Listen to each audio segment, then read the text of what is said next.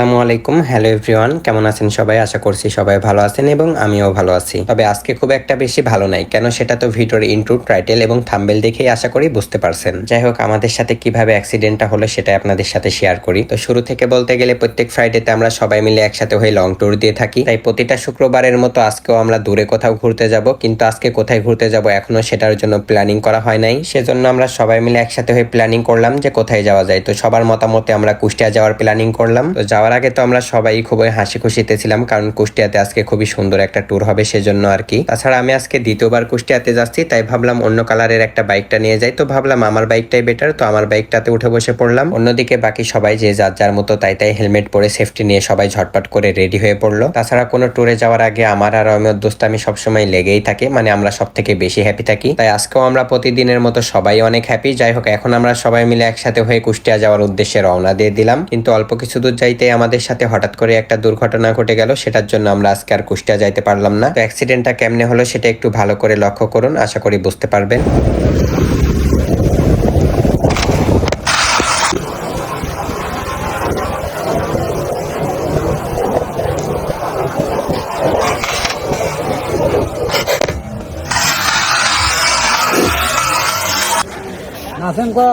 Phone দেয় এটা ভেঙে গেছে।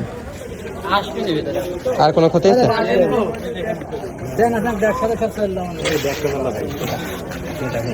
ব্যাপার না, সমস্যা নাই, এটা ওইভাবে সেলাই দিলে হবে।